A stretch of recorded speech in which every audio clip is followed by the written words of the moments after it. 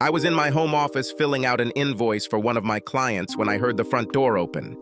I usually call out to my wife, Christine, to say hello and let her know I'm home. I delayed because I was halfway down the page entering itemized expenses and didn't want to lose my place. This delay has served me well. "Hey girl, Jerry isn't home, is he?" I heard. I recognized the voice. It was Sandra, our neighbor, and one of Christine's closest friends. She must have seen Christine come home and come. "No, his car is not in the driveway or in the garage. He said that he had some business today. What's happened?" My wife answered, walking into the kitchen. "I heard the refrigerator door open. I was at home without a car, only because it was being repaired. The dealership gave me a ride home since it was closer than my regular office. I often worked from home, so it was just as good for me to work here as it was in the city center office." "Great. Do you want to have fun today?" Sandra asked. "Do you want to get your share of sex?" Now it has my full attention. I completely forgot about that bill. Reaching for my phone, I began recording the conversation. Christine giggled. "I would love to, but it's too hasty. I'm not sure I can break free. Jerry said something about us going out to dinner. I decided to relax and drink a glass or two of wine. Want?" My home office was a converted room next to the kitchen. I turned off the desk lamp and turned off the computer monitor. The door was slightly open, and I didn't want one of the women to realize that I was eavesdropping. I heard the clink of glasses. They were too busy getting their wine glasses out to hear me. "Oh, come on, help the girl. Tammy was supposed to be my friend today, but her mom called. She was sick with some kind of stomach issue, so Tammy had to go and help her," Sandra said. "We had a double date with Eric and Rich. Tammy was the third member of the trio. They started calling themselves the Three Amigos in college. Sandra and Christine attended the same high school. Tammy joined them during her freshman year of college. They lived in the same room most of the time in college. I always suspected that they shared more than just an apartment. I met Kristen while in college, and we started dating during my senior year. So I knew both Tammy and Sandra well. Both women had the sex drive and moral qualities of minks. Both would have sex in no time. If they liked the guy even a little, they would give themselves to him on the first date. They both suggested that I try it several times. I refused because I was with Christine. Christine was much more reserved, the most cautious of the group. By no means a prude, but not a lecher either. At least, that's the impression I got while we were dating and throughout the 7 years of our marriage. Frankly, before we met, she was quite active sexually, but after that, she was always faithful to me. In all the time we were together, I had no reason to doubt her, until this moment. After hearing this conversation, I realized that my trust in my wife's fidelity was completely misplaced. Sandra was in her third marriage. Neither she nor her first 2 husbands could refrain from fornication. This, of course, applied to her first husband. He would get any girl who would stand still for a long time. The second husband started an affair after he caught Sandra with a work colleague. I thought it was justified because he had already filed for divorce. Of course, Sandra claimed it was cheating. According to her twisted logic, she could do whatever she wanted, but her husband had to be faithful. I liked her current husband. He worked in the same company as me. As a service representative, he had to travel out of town a couple of times a month. He was a hard worker and a friend. He met Sandra at a party when I invited him to my house. He and Sandra had been married for just under 2 years. As soon as the house on the next street became available, they bought it. Tammy never married. She was engaged several times, but each time she was a coward. I suspected that she needed freedom more than a husband. She joked that variety is the spice of life. "You know how much I want to go with you and have a lot of fun." "But I love Jerry," Christine said. "I don't want to spoil what I have with him." "And what?" "Just because you love him doesn't mean you don't deserve to have a little fun," Sandra said. "These guys are just a stress reliever. They, of course, do not pretend to be anything long-term, just toys." "I take it Bob is out of town?" asked Christine. Sandra replied that yes, see you tomorrow, so she wanted to go get a little today. "You mean get a lot?" Christine giggled. "I bet they take Viagra every time they go on a date." No man I know can last as long as they do.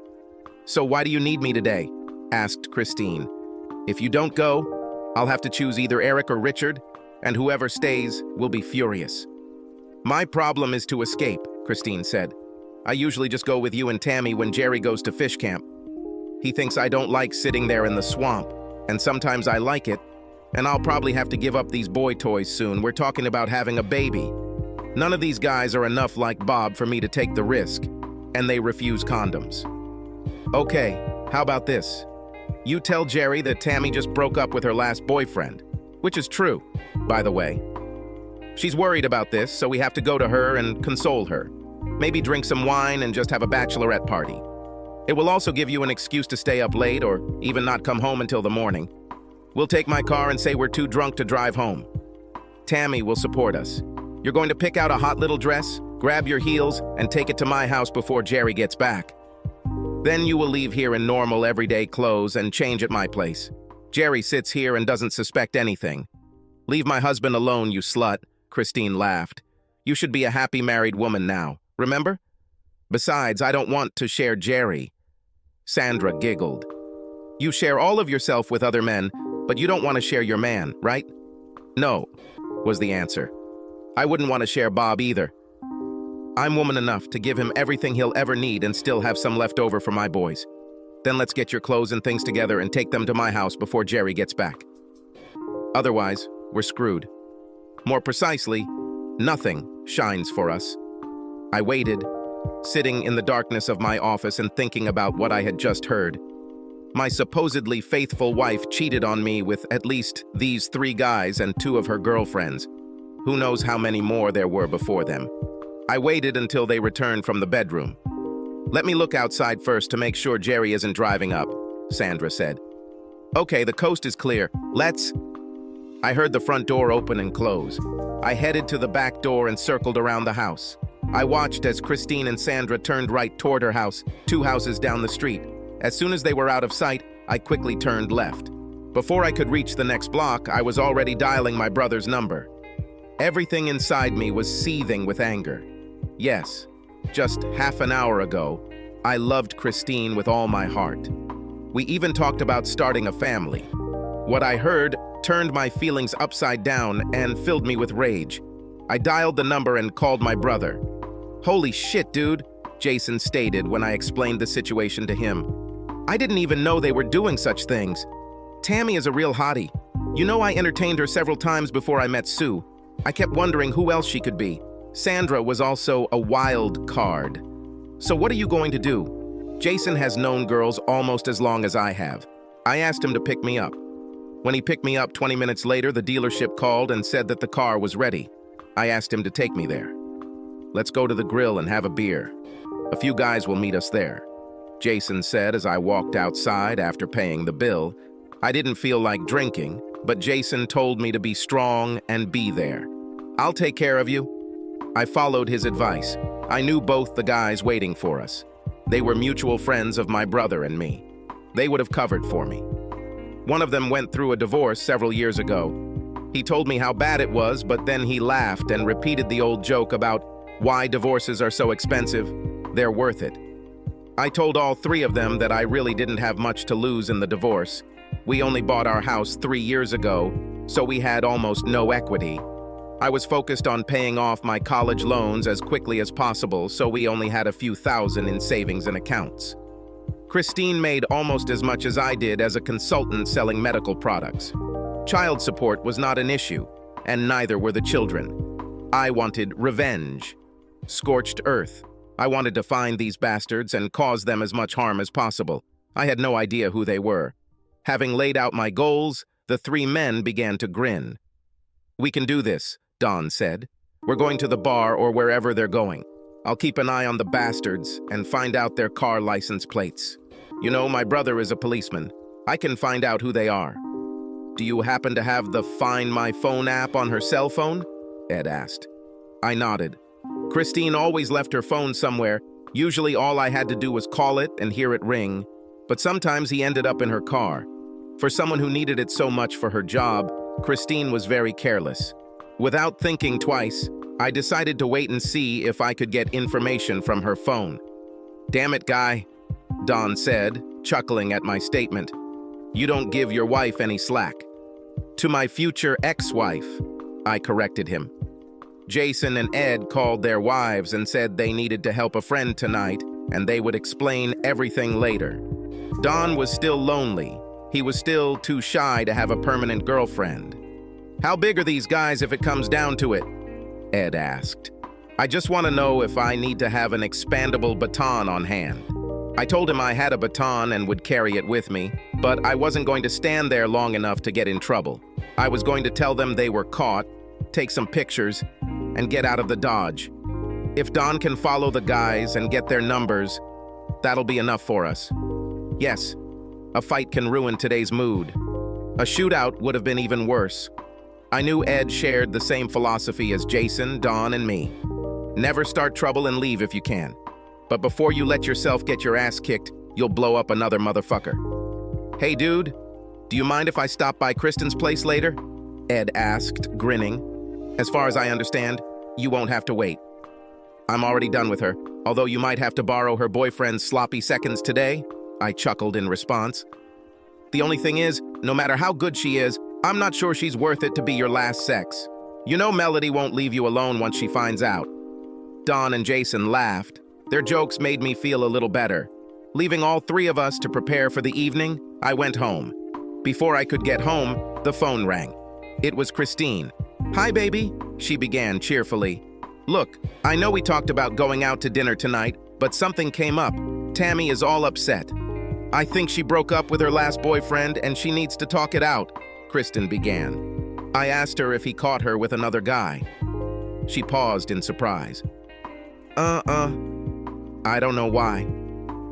She's just very upset. She thought this guy might be the one."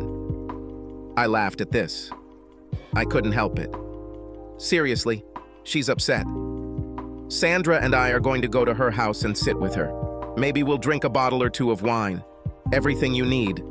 We just want her to know that we care about her. You don't have problems with this, do you?" "I would never have a problem with someone taking care of a friend who needs it," I said. "It is difficult to build strong relationships. You know, the kind where there's someone you trust who knows he's got your back and is always looking out for you."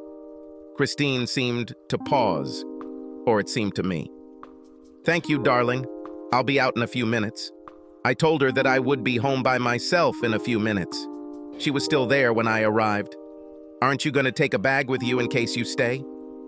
I asked when I returned home and saw her with only her purse. "For example, would you and Sandra drink too much to drive safely?" She stuttered and said that she had a toothbrush in her purse. "Yes, I think if it's just you three women there, you can sleep naked," I laughed. She blushed beautifully. She walked out the door. I hurried to my room to take off my suit and change into jeans and a shirt suitable for going to the bar. I needed a shirt that could be worn untucked because I had the gun clipped to the waistband of my trousers on the right side. I put my telescopic baton in the right back pocket and my wallet in the left. I hoped that I would not have to use either weapon, but if it came down to it, I would rather hurt someone than get hurt myself. An arrest would have been inevitable in any case. I called my brother Jason.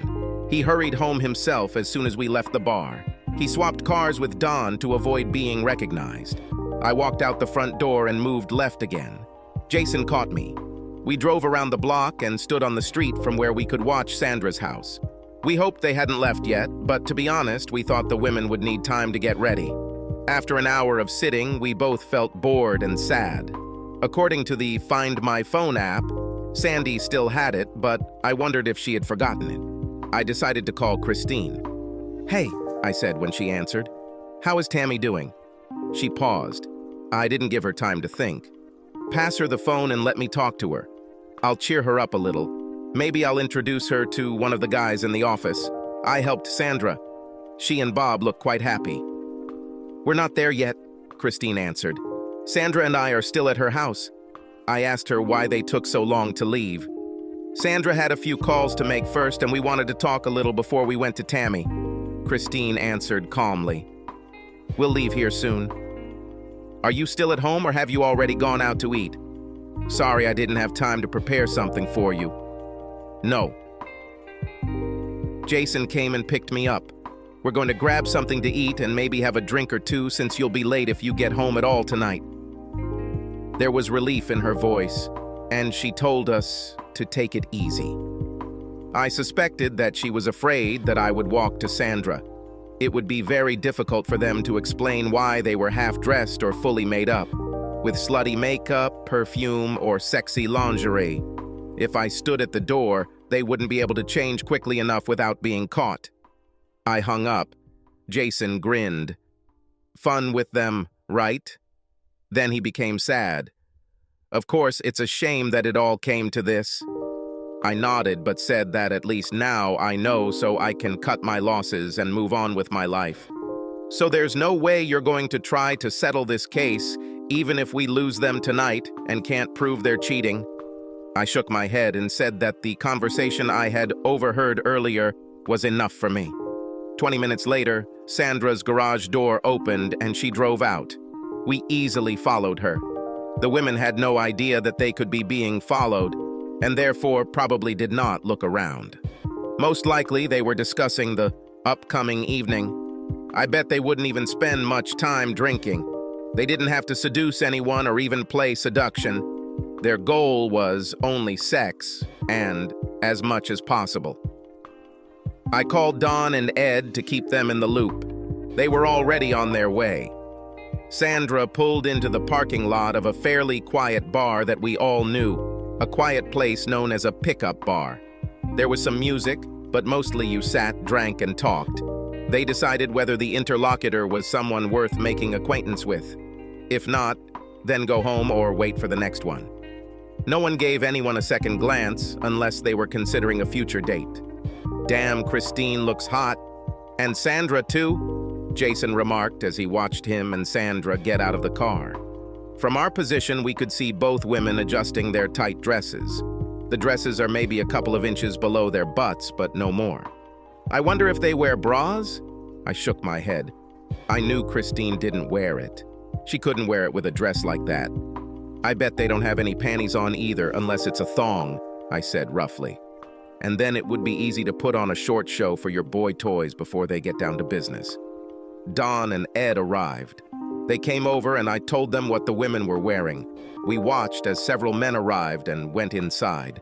We had no idea if it was Eric and Richard. I didn't want to go inside too early and ruin the surprise.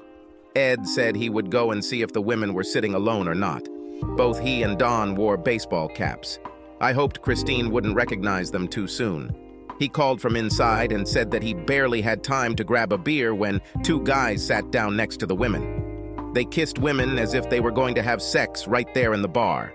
He told us where they were sitting. He quickly finished his beer and went outside to help Don identify the guys' cars. He stayed close by in case we needed help.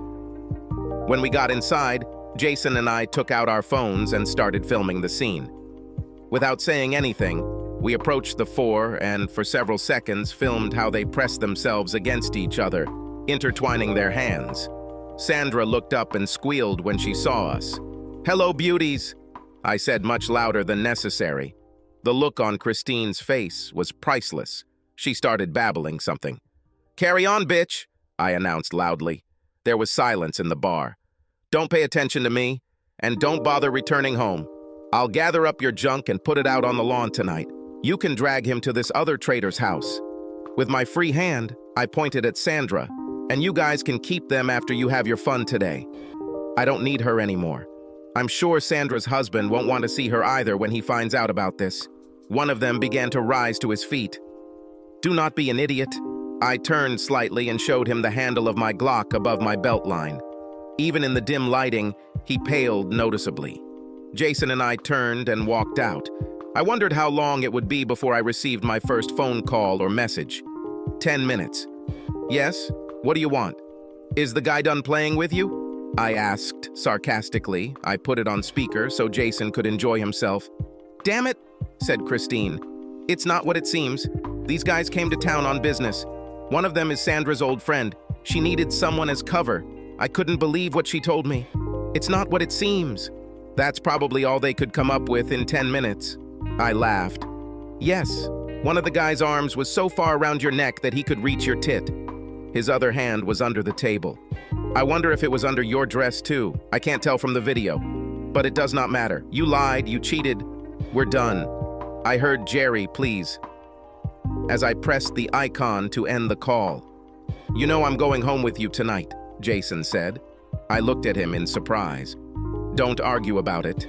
You've been running on adrenaline for the past few hours, fueled by anger. You behaved quite normally, although a little nervously.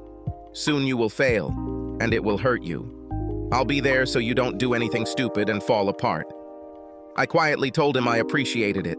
He handed me his phone and told me to go into his contacts and call his wife. What the hell was she thinking? Sue, Jason's wife, shouted into the phone. I turned on the speakerphone. Is she cheating? Throw all her things out into the yard and lock the door.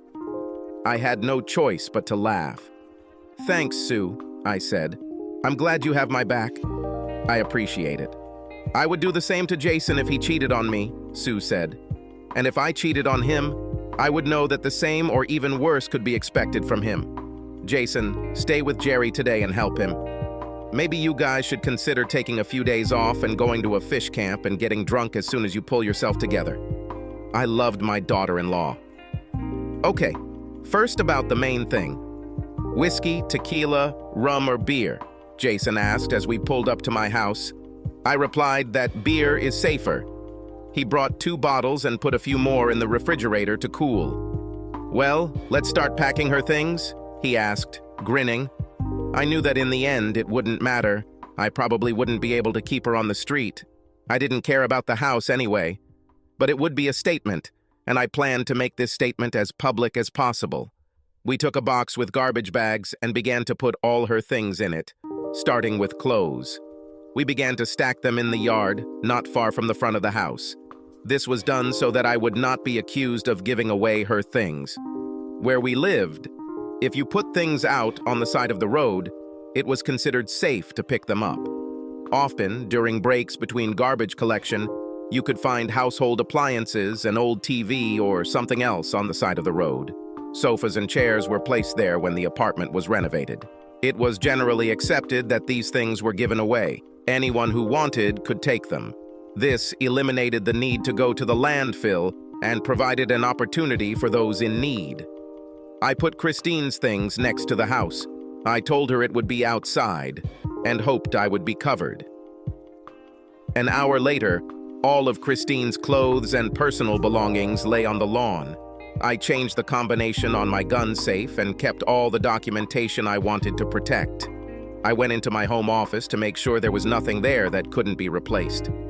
I knew it would be difficult for me to hold Kristen liable for damages if she threw away something important after she got the house. She drove up with Sandra. "Are you seriously going to throw my things out of the house?" she screamed. I nodded. It was already about 9 o'clock. We started our adventure early. I reached towards the door and grabbed the air horn I had from my fishing and boating supplies. I started honking. After several loud beeps, neighbors appeared from nearby houses. They immediately realized that something unusual was happening. A few people had cell phones in their hands in case things got really interesting, but everyone stood and watched.